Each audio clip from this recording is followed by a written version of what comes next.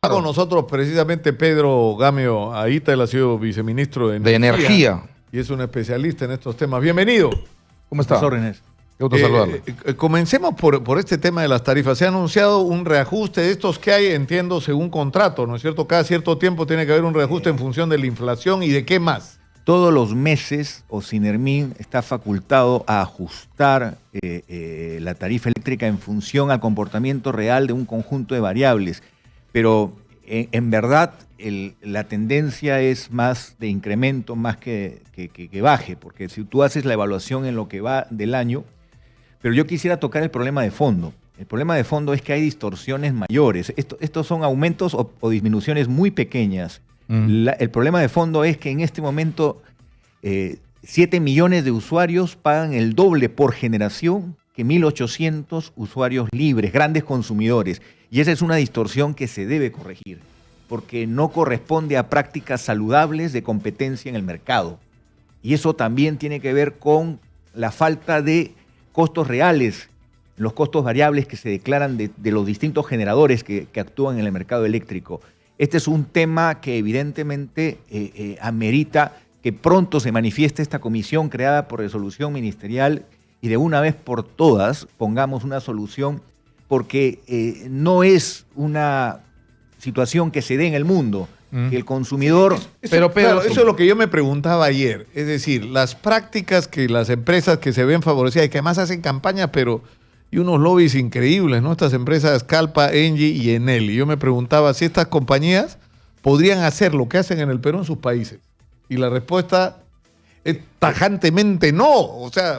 ¿no? El tema de que los costos sean reales, que no se perjudique a Electroperú con millones de soles por una situación en la que Electroperú se ve obligado a recibir 8 dólares megavatio hora y que terceros vendan su generación a 24 dólares por esta distorsión, es definitivamente una práctica que no corresponde a la sana competencia. El Estado debe de actuar, el Estado tiene que hacerlo. Pero sobre eso va mi pregunta, pero porque conoces el sector, has estado en el Viceministerio de Energía. Esto puede tomar decisiones al término de la distancia, de manera más rápida, más veloz el gobierno para corregir, sin que nos traiga complicaciones como arbitrajes, resarcimientos multimillonarios, apelaciones a contratos, leyes, a convenios que tienen rangos de norma que se firman entre Estado y privados. Puede ahora el gobierno, que está más libre de mano motivo y Congreso, con un decreto de urgencia, digamos, en un procedimiento más rápido, generar las correcciones a esta distorsión y ser más justos con la gente? Si uno hace un seguimiento a los pronunciamientos de las propias empresas que han estado usando este beneficio, reconocen que el problema tiene que corregirse. O sea, en pocas palabras, reconocen que hay una situación que no es la mejor práctica de mercado. Eso por un lado. Por otro lado, también tenemos problemas de concesiones que han estado manchadas por la corrupción. Y allí tenemos la paradoja, y eso es un problema de falta de un dispositivo legal. Se cobra los tributos en las concesiones manchadas con la corrupción, pero no se ampara la cláusula anticorrupción. Es decir, ¿qué dice la cláusula anticorrupción? Si se prueba que ha habido hechos ilícitos, la concesión reverte al Estado y el Estado tiene que concursarla a otro operador. No hay una sola concesión donde se haya producido esto. Es decir, ahí hay una deficiencia legal, no es un problema de fiscales, es un problema de que la ley dice que cobre tributos, pero no otras cuentas pendientes al Estado. Y el tema de la cláusula anticorrupción se ha optado por la fórmula, en mi opinión, equivocada, de esperar que el juicio termine. Cuando puedes tomar medidas cautelares, medidas cautelares en defensa del patrimonio del país. Tomar la administración de las concesiones o una administración... O dársela a un tercero, porque el Estado tiene una regla de juego, que es una regla fundamental, que es si se ha evidenciado hechos de corrupción, revierte al Estado la concesión. Entonces, este es un tema importante porque estamos identificando a los responsables, estamos avanzando. En ese sentido, la Fiscalía cumplió con la ley, pero la ley no contempla esta otra figura y por eso es importante corregir la regla de juego, para que otras obligaciones del Estado, no solo las tributarias, no solo la reparación civil, sino millonarias concesiones, donde están en juego servicios fundamentales del país, donde también ha habido este problema, el Estado haga valer el derecho de los ciudadanos. Ahora, ¿tienes alguna explicación por qué el gobierno no lo hace? Yo creo que definitivamente es un gobierno que tiene muchos problemas que resolver, pero la toma de decisiones implica también un coraje, una decisión importante. No esperemos que situaciones complicadas como las que ocurren en países vecinos se den en nuestro país. Nuestro país ha sufrido mucho la violencia.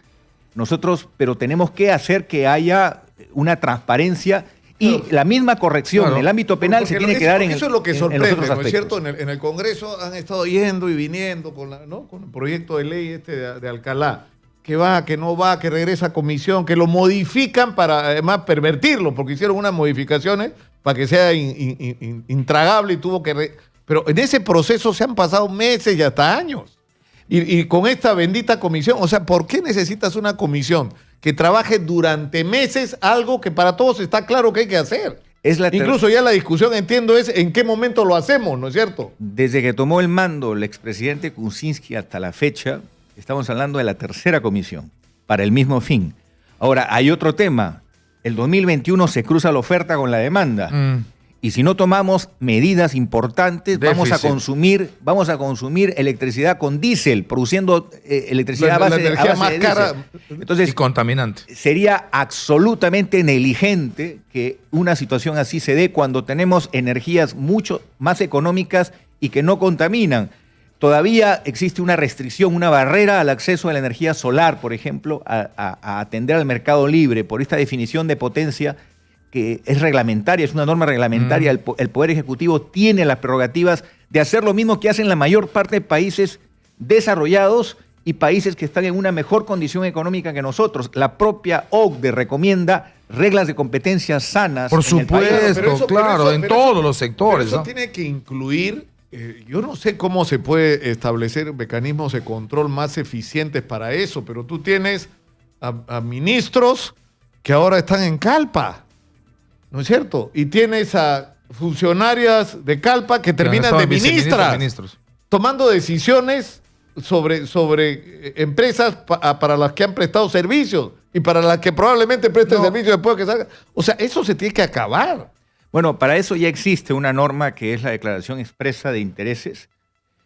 Cualquier persona que haya servido a determinada empresa tiene que declararlo y hay que hacer que se respete esa regla de juego. Pero yo voy al problema de fondo. El problema de fondo es que necesitamos corregir distorsiones que afectan a la pequeña empresa. Pero para eso se necesita decisión, decisión política y valentía que este gobierno no está mostrando. Entre otras cosas. Yo mantengo la esperanza de que en el momento actual, donde no hay un Congreso... Puede hacerlo más expeditivo, ¿no? Puede hacerlo, tiene una facultad... Pedro, indudable con decretos de urgencia. ¿El actual ministro le merece a usted más o menos confianza que el anterior ministro de Energía? Es un técnico muy calificado que trabajó en el sector en la época del gobierno del presidente Fujimori. Es una persona muy calificada, técnicamente incuestionable. Yo mantengo Trabajó para el sector privado en empresas vinculadas a su rubro. Porque ¿sabe por qué le hago esta pregunta? Porque... de ahí nace la valentía de enfrentar, porque no sé si hay gente que puede enfrentar a sus patrones anteriores, discúlpeme la dureza, pero hay mucha gente que no se puede enfrentar porque el que hay que enfrentar es el que antes le pagó el sueldo y probablemente le pague mañana el sueldo también. Yo no voy a desmerecer la calidad profesional. Para mí es un profesional con mucha trayectoria técnica incuestionable, ha trabajado incluso en organismos internacionales, pero definitivamente el país exige soluciones. El gobierno, nadie hace tortas si no rompe huevos. Así es. El gobierno esa es una buena expresión. Necesita que se tomen decisiones y lo estamos viendo en problemas importantes, como en este caso el servicio público de electricidad. También tenemos el tema del gas. Todavía el pequeño empresario arequipeño que contrata gas o trujillano tiene que pagar el doble por el gas en lugar de pagar lo mismo que se paga en Lima y Callao. Es decir, hay errores que se deben corregir porque la lógica es que las oportunidades estén en todo el país.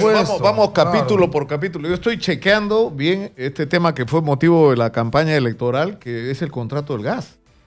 nuestro gas lo vemos pasar por las narices, va para afuera, nos dan un sencillo México, y lo venden por fortuna. Asia. O sea, el problema es... el problema negocio ahí para el Estado peruano. Este gobierno ha reaccionado, han salido algunos dispositivos, pero falta darles fuerza, falta que los próximos 5.000 vehículos de transporte público, en tanto avanza el tren eléctrico, sean a gas natural. La economía es tremenda. No hemos llegado ni a 16% de penetración en el territorio nacional con gas natural. ¿Y cuánto del gas se está yendo? Colombia está en 65%. ¿Y cuánto de nuestro gas se está yendo? Bueno, en este momento un poquito más de la mitad del gas que el Perú produce se va a la exportación, ¿no? No, pero se da la exportación además en condiciones Baratísimo. absolutamente... Pero hay un porcentaje que también no se usa, que se reinyecta. ¿Por qué? Porque no hemos hecho lo que todos los expertos aconsejan.